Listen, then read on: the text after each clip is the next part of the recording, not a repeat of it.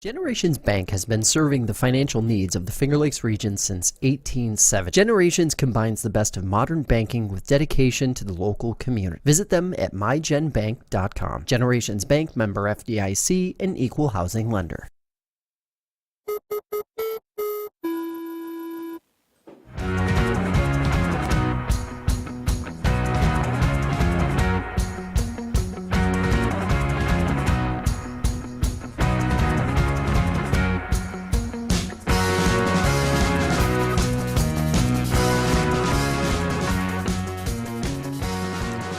All right, everybody, welcome into Concrete Jungle, a New York baseball podcast here on FingerLakes1.com.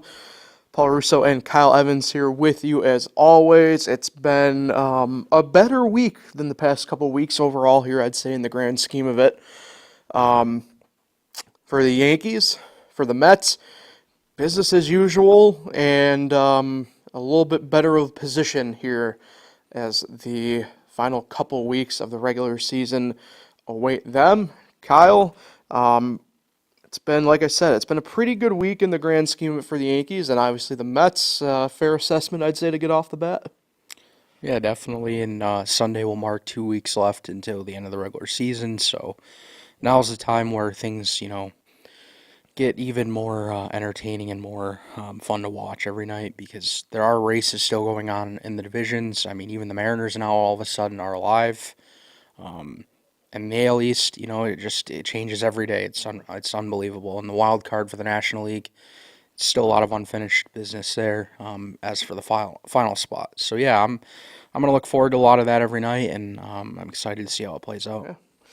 Yeah, let's begin with the Yankees. You mentioned the AL East. So handled business as they should have against the Cubs and the Royals, 2 of 3 from each. Obviously, the hope on the Cubs series side of it would have been maybe getting a sweep, but overall in the grand scheme of it, taking 4 of 6 collectively, winning both series, kind of hard to really shake your nose at that in the grand scheme of it. But for the Yankees, I'd say the main source of good news and positivity within those games is the fact that we have a little bit of a roster shakeup. Obviously, officially we saw Luis Gil come back, Clark Schmidt come back, both look pretty good. All things considered in their first starts coming off the injured list. And then you fast forward through the weekend, and we got Jason Dominguez officially on the Major League roster. So a little bit of a roster shakeup for the Yankees here as we enter these final couple weeks of the season. Yeah, they got 2 arms back that they really need. And yeah, Jason Dominguez, I think we both have called for him for a while, especially with Verdugo's struggles. And then, yeah, even like John Birdie scoring the game-winning run last night, his speed off the bench is huge, and he can play anywhere. And there's still even some guys that are, that have a possibility of coming up and helping. So, yeah, like I said, like a month or so ago, the roster that was back then is not what it's going to be in October, and it certainly has already changed here in September. So, I like what they have going, and I really think this team can make a run as long as they get hot at the same time, the pitching and the offense. Yeah, and that was a bit of a issue I'd say we saw really even though things were good the past 6 games. A little bit tighter than maybe everybody would have hoped for some of those games. And obviously, getting shut out by the Royals, things were not as great in that game as you would have hoped on offense. It's pretty interesting. We were talking, you go back a couple weeks ago now, really when we made the last note of it, but Aaron Judge been really quiet lately in the grand scheme of it. I believe, has he officially eclipsed the most games he's gone without hitting a home run in his career now? Nope. If he goes homerless tonight, it'll match Okay. his career high. Gotcha. 15 games. Okay. I knew we were coming up on it. I couldn't remember if last night was the match or the tipping point, but either way, it was good to see Juan Soto kind of get out of a little bit of a funk last night. We were able to break out of it. Really last night's game is kind of the perfect encapsulation of this team. Things looked really good for the most part all the way around. And obviously you get to extra innings. Obviously stuff can happen one way or another. It appears as though Luke Weaver really loves living up to these high leverage situations. And obviously you mentioned with Birdie's speed, but also, Jazz getting enough in play that, was able to bring him in probably no matter what, even if the throw was more online. But those are the type of games that, you obviously feel really good about and you kind of need in those situations, I'd say, to really kind of get a little bit of that. I don't mean to do the pun here, but a little bit of that Jazz, a little bit of that, momentum going in your favor even a little bit more. Yeah, well, the reason they beat the Cubs and the Royals in the series was because they're both teams with winning records. Yeah, Seriously, that's just how it goes. They true. lost to the Yeah. Rangers, Cardinals. But yeah, I mean, knowing that, Baltimore lost again last night and they're not really taking advantage, and either team is taking advantage. It's so wild to see. You would think at this point some team would have kind of got hot and went on, like a 6, 7 game winning streak and to kind of pull away, and they haven't. So it's going to be a fight all the way to the end, and I just keep looking at that Baltimore series coming up, how big that's going to be. And yeah, they definitely got to get Aaron Judge going, like you mentioned. He's 11 for his last 54, no home runs. Until that Soto home run last night, Soto hasn't been doing a whole lot either. So yeah, they're kind of lucky to be where they're at, considering when Soto and Judge don't go, usually the team doesn't go.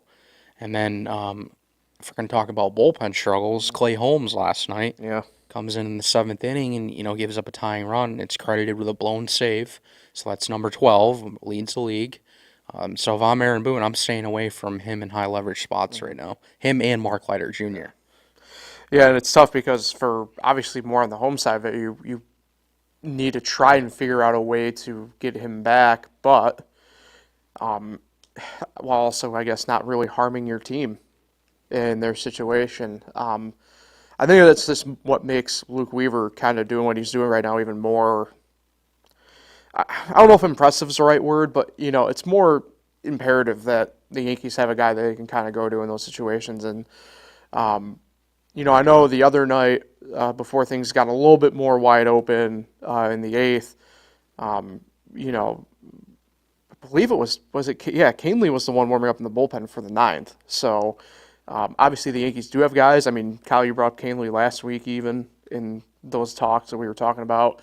To have a couple guys you can kind of go to at the spot finally and just kind of say, all right, while we figure this out, you guys can handle it, and they have trust in that. It's a big, big thing. Yeah, let's talk about more of the Dominguez front. I find it pretty interesting that all this talk about how, we're sticking with our guys and blah, blah, blah, only for Dominguez to really come up after, Verdugo has another really rough series. It's just one of those things where I don't know if they're doing, something we've talked about before on here, but more with injuries, like a smoke and mirror type thing or what, but it's just kind of nice having that guy in that lineup. I know maybe things haven't gone as great as they were last year when he got called up so far, but the fact of the matter is it's the flexibility. It's something we talked about last week about it. It's the flexibility of having him available and at your command that just kind of opens things up a little bit more than, say, having Verdugo or even maybe Grisham in the lineup can provide. Yeah, I don't know what they're going to do, honestly, because then Aaron Boone came out with a weird quote last night and said Doogie's going to play a lot, or Doogie's going to play still, or something along those lines. But there's just, unless you're giving Stanton a ton of days off, I mean, I guess you could do it against righties a lot, which he kind of already does. He loves Stanton against lefties. Yeah, I don't know how it fits. That's why I was shocked that DJ LeMahieu going to the IL was the corresponding move. I was thinking somebody was getting DFA'd. I didn't think Trent Grisham would get DFA'd, but he could have been an option because he doesn't play a lot anymore, and his contract expires at the end of the year. And then I thought there was no way they were DFAing Verdugo, and then so yeah, I don't know what they're gonna do. Like last night, Dominguez doesn't play; he's a switch hitter. Boone doesn't want him against the lefty, but he's a switch hitter. Yeah. So you want Verdugo's bat against the tough lefty, who then went 0 for 4 with a bunch of groundouts. Yeah. I don't get the thinking there. Isn't that a bad matchup for Verdugo to be in? So I don't know how they're gonna manage this whole. And also, mention this. I know you brought the stat up last night. Stanton is 2 for 20. It's now 2 for 30. 30? Okay, I was about to say I didn't know if it was 29 or 30. So 2 for 30. Judge 11 for 54. Soto was like 12 for 39. Yeah. It's not good. Yeah. Yeah, I don't get why you just don't throw him in there for, I mean, Every day. I understand matchup and blah, blah, blah, but, like, I mean, just throw him in there. Like, you call them up, play him. Yeah, so he had that one game at the Little League Classic and then got sent down. You know, he didn't do much in that, but that's not fair. It's one game. Yeah. You play him the first two against KC, and then you bench him for game 3. I mean, where's the sample size? You can't even read off the 3-game numbers. Like, let him play every day to get used to it. Yeah. I mean, unless we see him all 4 games against Boston this weekend, but even then, I run him. He's young. Do want to make a quick note of this. Marcus Stroman was the Yankee nominee for the Roberto Clemente Award. Obviously, this is an award that all the players take very highly and regarded. We'll get to the Mets nominee, obviously, when we get to them. But Stroman, first year as a Yankee, gets nominated for that. Pretty big stuff, and congratulations to him. Let's get to some updates on players here. Mentioned DJ LeMahieu, placed on the 10-day injured list with a right hip impingement. Had an MRI. Season outlook is currently a bit unclear. I know we always kind of talk about how convenient it is sometimes for guys to go on the IL with injuries and stuff like that, but this is a tough spot. DJ's been dealing with a ton of injuries the past couple of years. You hope that this wasn't a consequence of maybe overusing one part of the body for the other, but it's unfortunate that this could possibly have been it for DJ LeMahieu as a Yankee. Yeah, well, what was frustrating for me is when Aaron Boone comes out and says that it's been bothering him for a couple weeks, and it makes me mad because why was he in the lineup at times when there were so many other options, a.k.a. Oswaldo Cabrera, who could have easily played a ton and a lot more and produced more, and we have a guy who's already old enough, who already hadn't hit when he came back, now playing with an injury? Like, what are we doing? Yeah, it makes you wonder. Cody Poteet threw 2 2/3 innings for AAA Scranton Wilkes-Barre last Friday. Allowed 2 runs on 5 hits as he continues to rehab back. Right-hand pitchers, as we already mentioned, Louis Hill and Clark Schmidt activated from the injured list. Josh Majewski, Phil Bickford, Nick Birdie. Josh was designated for assignment. The prior 2 were already designated for assignment and assigned to Scranton Wilkes-Barre. I believe Majewski has been outrighted as well. I might have my notes a little bit confused, though. Either way. Ian Hamilton, John Birdie, both activated off the injured list. Obviously, we've seen both, at least in the uniform at this point and everything like that. Didn't fully realize until I guess I really noticed him when he slid into home last night. John Birdie with a mustache. Picked that up while he was rehabbing, I see. But maybe that's going to be the Yankee hallmark for the postseason push this year. We kind of see teams do that every now and then. And then Anthony Majewski designated for assignment as well. Duke Ellis option to AAA Scranton Wilkes-Barre. So just a lot of roster moves as some of these guys we mentioned coming back up. Kyle, you've said a ton. As we knew, that roster was not going to be the same that we would see come mid-September. And Cody Poteet threw again last night, 4 innings, 1 run. He's had a lot of outings. I think he is ready. I just don't think the Yankees are ready to add him to the mix, which I didn't really understand a month ago when fans were calling for him as if he's some game changer. Yeah, he did do well. But right now, they definitely don't need him in the rotation, and the bullpen is jammed, and they're going to already have to move one of their starters to the bullpen. So, yeah, there's just no room. So, I didn't get the whole outlook with Cody Poteet. I like him. I just don't think he fits. Yeah, I mean, it's a depth piece, I believe, is what they're aiming for there. Yeah, I mean, they already kind of did move, at least for one cycle, go through, right, Nestor to the bullpen. And those were some pretty, I thought, interesting comments, maybe for the right reasons. Obviously, he's upset, but he's willing to do whatever it takes for the team to win. Kind of in a similar vein to what we've heard Verdugo bring up. Kind of makes you wonder about Gleyber Torres' mindset back when Jazz Chisholm was acquired, and maybe still is. So, pretty interesting. Yeah, well, for me, yeah, Nestor's quote was good, but there's one part that stuck out with me that I think everyone's like, they didn't see the full quote or they're just reading over. This is not a good look. Quote, I feel like amongst all the starters, I've been the workhorse here. What are you doing? You're calling out your other starting pitchers, your other Fair teammates? point. I feel like amongst all the starters, I've been the workhorse here. Okay, so Carlos Rodon isn't. All the other ones aren't. Garrett Cole isn't. I mean, what are we saying here? That's a bad part of the quote. Yeah, I mean, But yeah, obviously all the rest is right. I get where he's coming from though. He's been in the rotation all year.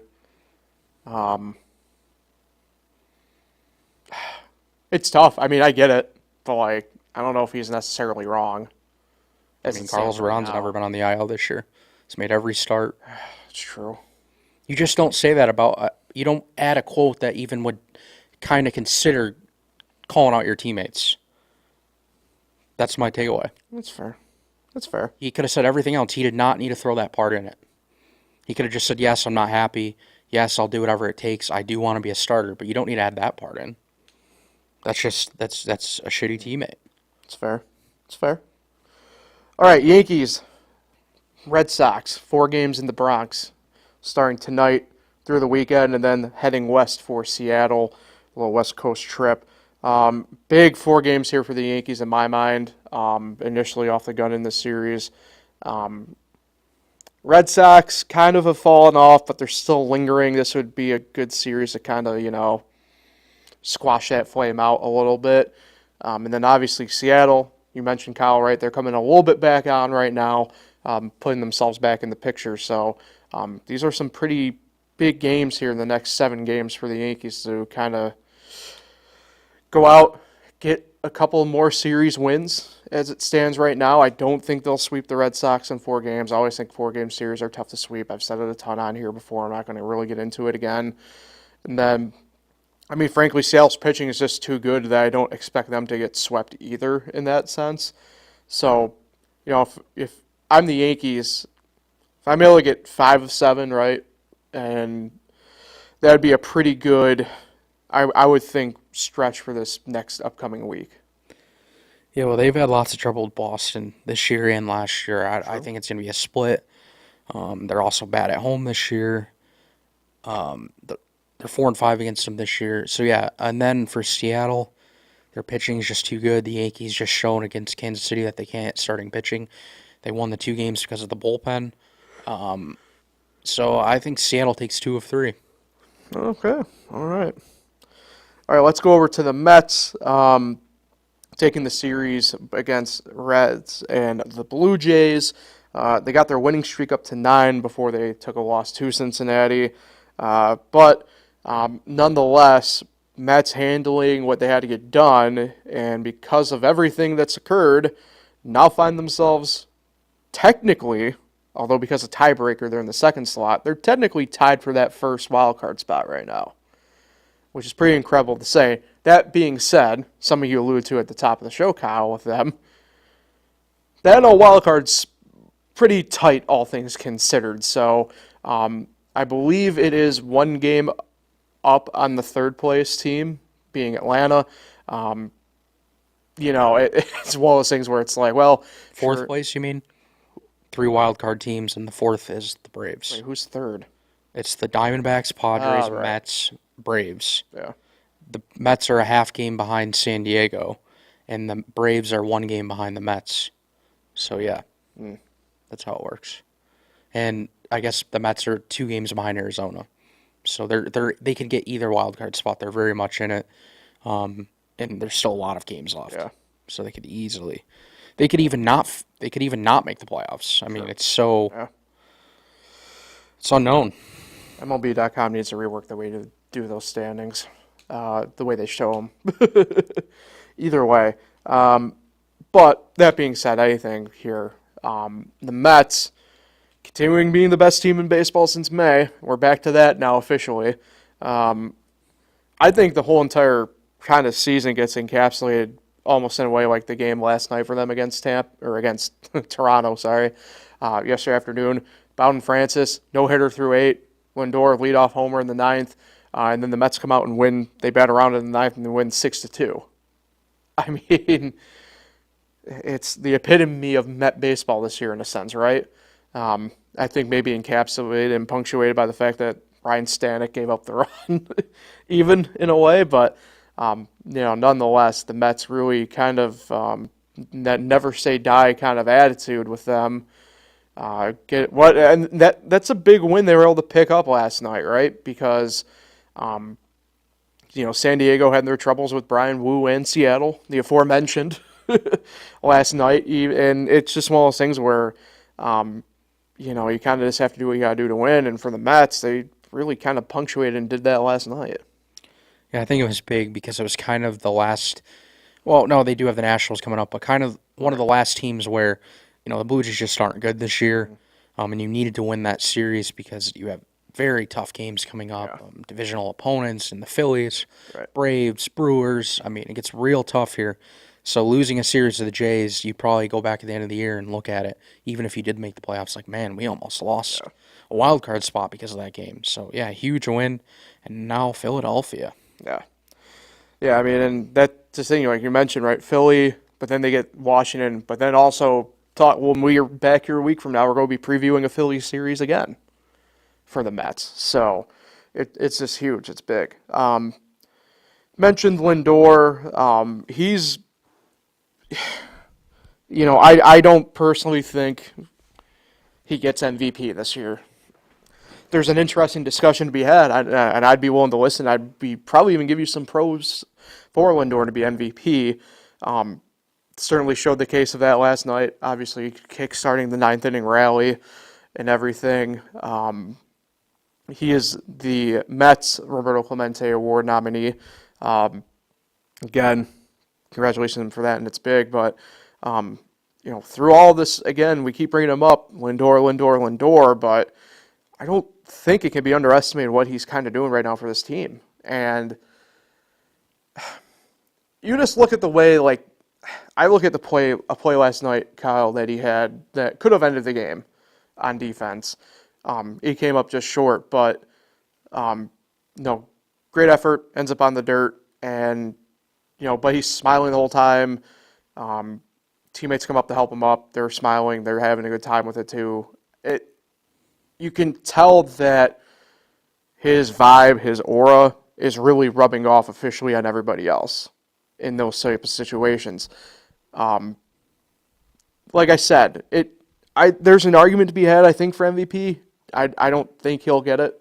Probably shouldn't get it, in all honesty. But the fact that now we're kind of seeing within the past week and a half, people are willing to talk about him a little bit more in that sense, that's a pretty good indication, I think, of where this Mets team kind of stands right now and for the 2025 season. Yeah, I mean, the fact that he's even in the conversation, we say it all the time, the way the season started, even the way he started. Yeah. Until he moved to the leadoff spot, he wasn't hitting very well. Batting 125 at one point. Yeah, and so things just completely changed. It's wild that he's even in this conversation, right behind Ohtani. Obviously, Marcell Ozuna's mixed in because he's got a lot of homers and RBIs and average. But yeah, Ohtani, as long as he's healthy in the National League, more than likely he's going to be the MVP almost every year, and certainly this year because of his stolen bases, and I think he's at 47 home runs now too. But yeah, still great to even be in a conversation with Ohtani. So yeah, credit to him. And you mentioned his energy and stuff around the team. Much better than Pete Alonso. I mean, I look at Pete Alonso, I watch some Mets games, and it looks like he's so dead. Everyone else is just so alive, like Jose Iglesias and all the other guys. And you look at him, and it's just like, I don't know, he just doesn't have the same excitement as the others. Yeah. Yeah, I mean, it's infectious, right? Do want to make a quick note here. Some unfortunate news. Met legend Ed Kranepool passed away this week.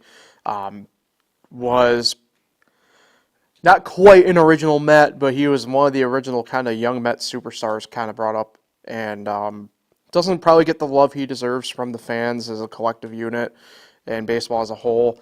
I know he'd been dealing with some health stuff the past few years as well. For those who may be in the know, he was the focal point of a Dom LaGreca rant 6 years ago. But Yeah, unfortunate, and condolences to the family and everything, but Met legend Ed Kranepool.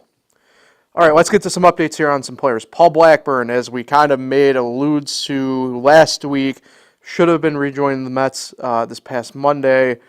Didn't happen. He has lower back discomfort, still dealing with it. So as the Mets travel back stateside here to get back to Philadelphia for the series, Paul Blackburn instead will be heading to New York to have imaging done on the lower back. Did get some treatment on it, just didn't quite work out the way they had hoped. And I know, Kyle, like we were talking about, he's a pretty important piece of this rotation as it stands right now. And the fact that there might be without him now for an extended period, especially in this playoff run, playoff push rather, not great. Yeah, and McGill struggled his last outing in place of Blackburn. So yeah, I think they do definitely need him back. And yeah, I'm not sure, like, because again we only have a couple weeks left. If you deal with any injury at this point of the year, it's usually tough to come back from. Yeah.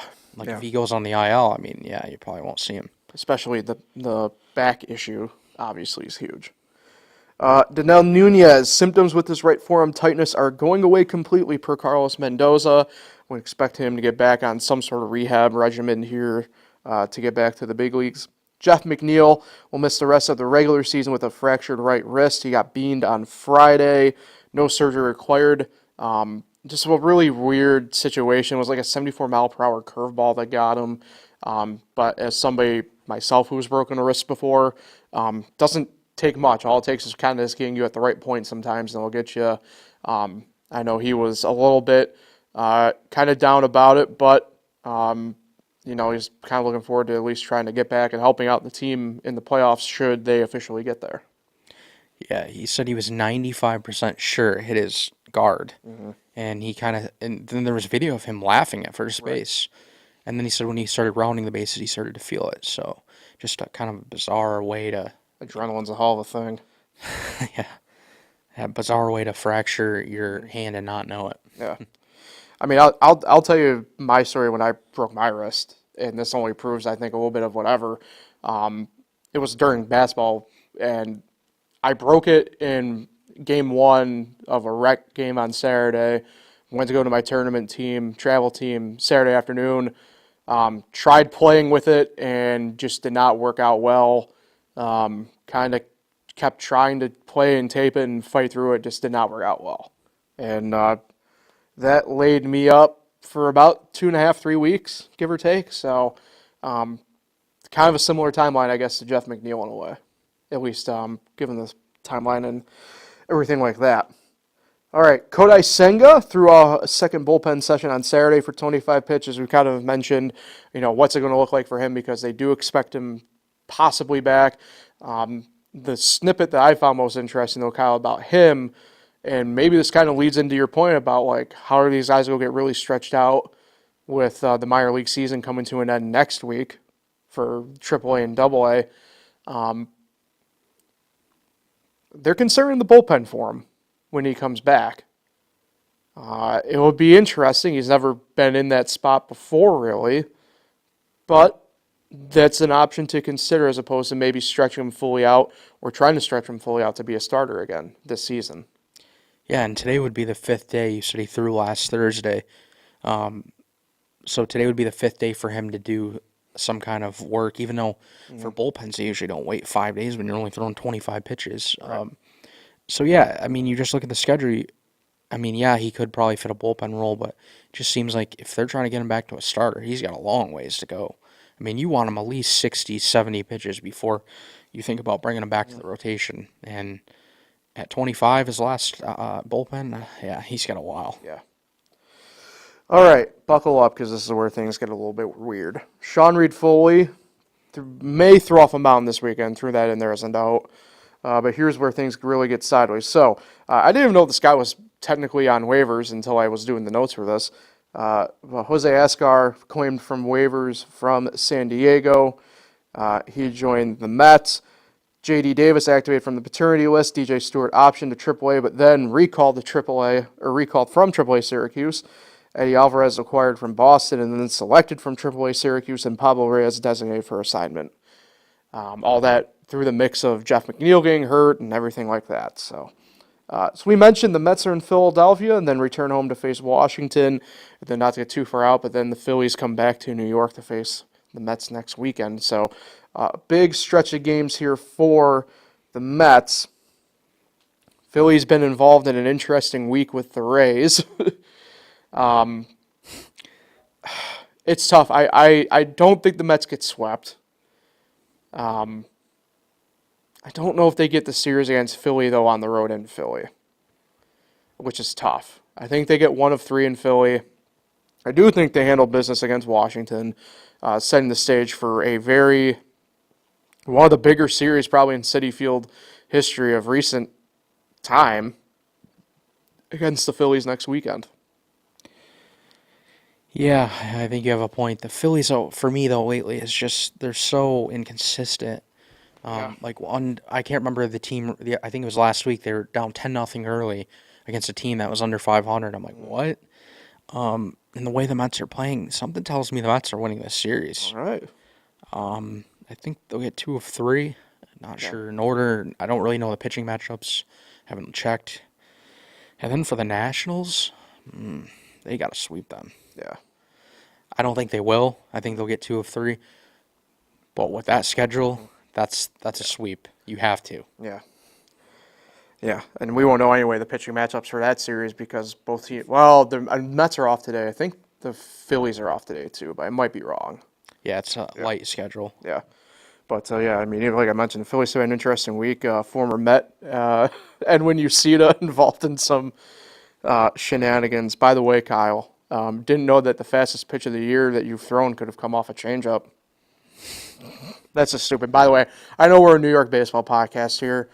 But, like, for the love of all things holy, if you're a pitcher, don't just take whatever for your own actions. Don't lie that you threw a changeup. Only we have the technology now to know that you threw the fastest ball of your freaking life at a guy when you're beating him. For the love of all things holy.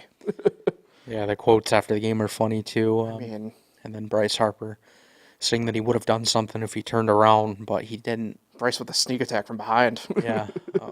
But, yeah, clearly intentional. I mean, and not what you want. But No. And I guess the teams won't meet a ton, and they don't ever meet a ton, so I guess they'll have unfinished business next year. It's my favorite kind of rivalry, one that gets to stew. Yeah. All right, let's get to Rochester and Syracuse. It's been a rough week for the Red Wings. They found themselves tied for 6th in the International League, 7.5 games back. Time is ticking. They're going to need a lot of help here to make a push to get that top seed and lock into the playoffs as it stands right now. They're in Indianapolis this week. Indianapolis has jumped them in the standings because of the way things have gone in the series. Final, as I mentioned, next week, the final week of minor league baseball for the year. Red Wings are home against Iowa next week. Make sure you get out if you can. Michael Rucker, pitcher option from Washington. Carter Kieboom was placed on the 7-day injured list. Brad Lord activated from the injured list. Nash Walters was assigned to AA Harrisburg from Rochester. Then Travis Blankenhorn was elected free agency. One of the best Red Wing hitters this year. Washington kind of bouncing back and forth the past couple months. He just took his free agency as he can. For the Mets, even worse week. They're now tied for 18th, 15.5 games back. They are officially eliminated from the playoff hunt. They're in Worcester this week. Likewise with Rochester. They're home next week against Charlotte for the final week of the year, so make sure you get up there as well if you can. Pitcher Josh Hedgeka assigned from AA Binghamton. Pitchers Kyle Crick, Ty Adcock, and catcher Hayden Singer activated from the injured list, and pitcher Yonder Suarez placed on the 7-day injured list. So overall, things not looking great for the end of the season here for either of these teams, but hopefully we can get on a high note here with some matchups at home next week. That's so disappointing. Yeah. We went all summer praising these teams. They looked so good. They had good records. And now they hit a September, well, probably late August collapse as well. Sucks to see, especially Syracuse. Yeah. I'm looking at the standings. I mean, it's hard to believe. They were actually solid for the first half.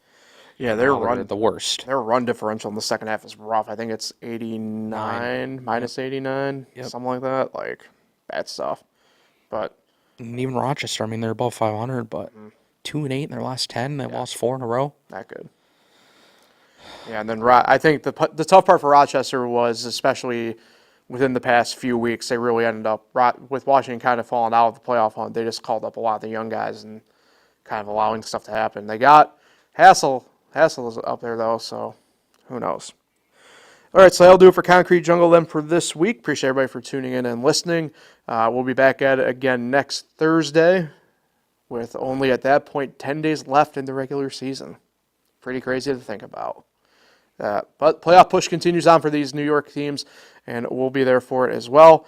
Kyle, talk to you later on here. Everybody else, thanks for tuning in and listening. We'll catch you next week.